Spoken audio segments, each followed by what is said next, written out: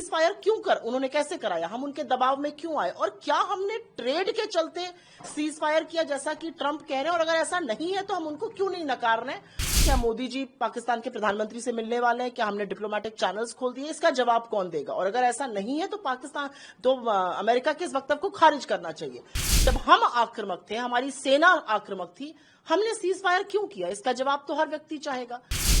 भारतीय सेना की जितनी तारीफ की जाए वो कम है। भारतीय सेना के शौर्य और पराक्रम पर हम सब गौरवान्वित हैं। असलियत यह है कि हम सब लोग जो इस देश में सुरक्षित हैं, हमारी भूभागीय अखंडता बनी हुई है, हमारी सरहदें महफूज है, वो इसलिए है क्योंकि भारतीय सेना और उनके जाबाज सैनिक मुस्तैदी से हमारी सुरक्षा करते हैं। तो भारतीय सेना की तो जितनी तारीफ की जाए वो कम है, उनका पराक्रम को नमन है।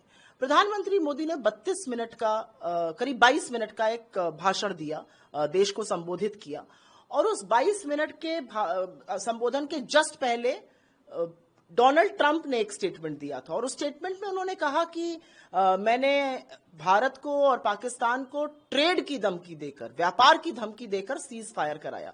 तो हम यह आशा कर रहे थे कि हमारे प्रधानमंत्री जब बोलेंगे तो इस पर वो जवाब देंगे। कुछ सवाल हैं जिनके जवाब नहीं मिले। पहला, ये जो डोनाल्ड ट्रंप बार बार कह रहे हैं उन्होंने सीज फायर कराया, सीज फायर उन्होंने कैसे कराया, हम उनके दबाव में क्यों आए, और क्या हमने ट्रेड के चलते सीज फायर किया जैसा कि ट्रंप कह रहे हैं, और अगर ऐसा नहीं है तो हम उनको क्यों नहीं नकार रहे हैं, हम उनको क्यों नहीं रेफ्यूट कर रहे हैं। ये पहला सवाल है, क्योंकि व्यापार के चलते हम टेरर और आतंक के खिलाफ कार्रवाई बंद कर दें, ये तो बिल्कुल बर्दाश्त नहीं हो सकता। दूसरा, अमेरिका से वक्तव्य आया कि वो कश्मीर में मध्यस्थता को तैयार है। डोनाल्ड ट्रंप का वक्तव्य आया, कश्मीर हमारा है, हमने कश्मीर में कभी भी थर्ड पार्टी का कोई इंटरफेरेंस नहीं किया है, कोई मध्यस्थता हमें स्वीकार नहीं है। तो प्रधानमंत्री ने क्या अपनी पोजीशन बदल दी, और अगर नहीं बदली है तो उन्होंने इसको सिरे से क्यों नहीं खारिज किया, सिरे से क्यों नहीं नकारा। तीसरी बड़ी बात, और ये बड़ी बात है, अमेरिका से एक और वक्तव्य आया था कि प्रधानमंत्री भारत के और प्रधानमंत्री पाकिस्तान के एक तटस्थ जगह पर मिलकर बात करेंगे। क्या वाकई में ऐसा है? क्या मोदी जी पाकिस्तान के प्रधानमंत्री से मिलने वाले हैं? क्या हमने डिप्लोमेटिक चैनल्स खोल दिए? इसका जवाब कौन देगा, और अगर ऐसा नहीं है तो अमेरिका के इस वक्तव्य को खारिज करना चाहिए। चौथी और बड़ी बात, प्रधानमंत्री ने खुद भी कहा कि हमारी सेना ने वो आक्रामक कार्रवाई की कि पाकिस्तान बौखला गया, और हमने देखा कैसे एयरबेस ध्वस्त हो रहे थे, कैसे पाकिस्तान परेशान था। ऐसे वक्त पर जब हम आक्रामक थे, हमारी सेना आक्रामक थी, हमने सीज फायर क्यों किया, इसका जवाब तो हर व्यक्ति चाहेगा। चौथी बड़ी बात, हमारी सेना ने सैकड़ों की तादाद में आतंकी कैंप तबाह किए पाकिस्तान के अंदर, 100 से ज्यादा आतंकियों को मौत के घाट उतारा। लेकिन उन दुर्दांत आतंकवादियों का क्या जिन्होंने पहलगाम में निर्दोष मासूम लोगों की निर्मम हत्या की थी, उनको सबक कब सिखाया जाएगा और उनकी नजीर कब बनाई जाएगी, ये एक बात है। पांचवी और एक और जरूरी बात, हमारा जो बीएसएफ के जवान पूनम साहू हैं, आज 20वां दिन है पाकिस्तान की गिरफ्त में, उनको वापस लाने के लिए क्या किया जा रहा है।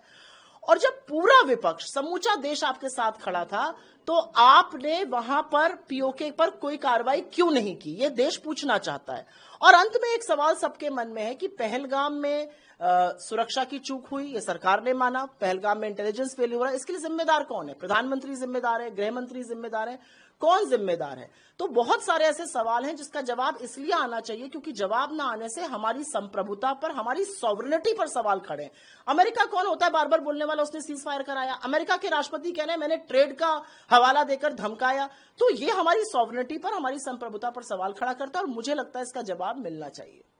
जवाब मिलना चाहिए। विशेष सत्र कह रही है राजनीतिक एंगल ढूंढ रहे हैं। आपके एलाय शरद पवार का कहना यह है कि ऐसे में ऑल पार्टी मीटिंग होनी चाहिए, लेकिन पार्लियामेंट में इस तरह की पब्लिक डोमेन में चर्चा, जंग से रिलेटेड कुछ भी होना नेशनल इंटीग्रिटी या नेशनल सिक्योरिटी को भी ये उनका व्यू है। मुझे ऐसा लगता है पार्लियामेंट या सदन इस देश का प्रतिबिंब है। इस देश के लोग अपने प्रतिनिधियों को चुनकर भेजते हैं। इस देश के लोगों को जवाब मिलना चाहिए, और वो जवाब सिर्फ और सिर्फ सदन में मिल सकता है। जब 62 में जवाहरलाल नेहरू जी सदन बुला सकते हैं, सत्र बुला सकते हैं, अटल जी के कहने पर बुला सकते हैं, या उनको लगा कि डेमोक्रेसी में उनकी जिम्मेदारी है ऐसा करना, तो अब ऐसा क्यों नहीं किया जा रहा है? ऑल पार्टी मीटिंग में प्रधानमंत्री आते नहीं है, 2-2 बार मीटिंग हो गई। ऑल पार्टी मीटिंग में कहा जाता है वहां पर परमिशन नहीं थी, बाद में पता चलता है वो बात गलत कही गई थी। तो बहुत सारी ऐसी बातें हैं।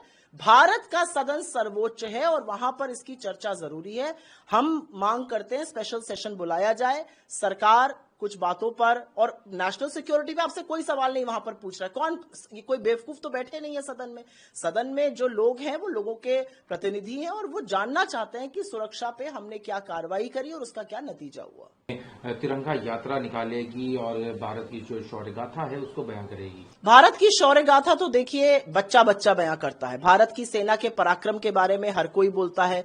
जिस तरह से हमने पाकिस्तान के 71 में 2 टुकड़े कर दिए और 65 में उनको नाको चने चबवाए और 99 में किया, उसकी सब लोग चर्चा करते हैं। जिस दिन भारतीय सेना ने धावा बोला था, कांग्रेस ने तो उसके अगले दिन ही जय हिंद यात्रा हर राज्य के मुख्यालय पर निकाली थी। तिरंगा यात्रा अच्छी बात है, निकालनी चाहिए। सेना के शौर्य और पराक्रम पर चर्चा होनी चाहिए। अभी पोस्टर्स भी जारी किए गए हैं, 20 लाख का रिवॉर्ड रखा गया कि जो भी उनकी पहचान करेगा। अभी काफी मूवमेंट भी चल रहा है, उम्मीद है कि जल्द ही उनको पकड़ा जाए। बिल्कुल पकड़ा जाए, और ऐसे लोगों को पकड़ के उनकी एक नजीर बनाना जरूरी है, जिससे कि देश विरोधी ताकतों को समझ आए कि अगर आपने हिंदुस्तान की ओर आंख उठाकर भी देखा तो हमारी सेना आपके साथ क्या कर सकती है, ये देश आपके साथ क्या कर सकता है। ये दुर्दांत आतंकवादी जब तक पकड़े नहीं जाएंगे और इनको अंजाम तक नहीं पहुंचाया जाएगा, जिन परिवारों ने अपने बेटों को, अपने पतियों को, अपने पिता को खोया है, उनके साथ न्याय कैसे होगा।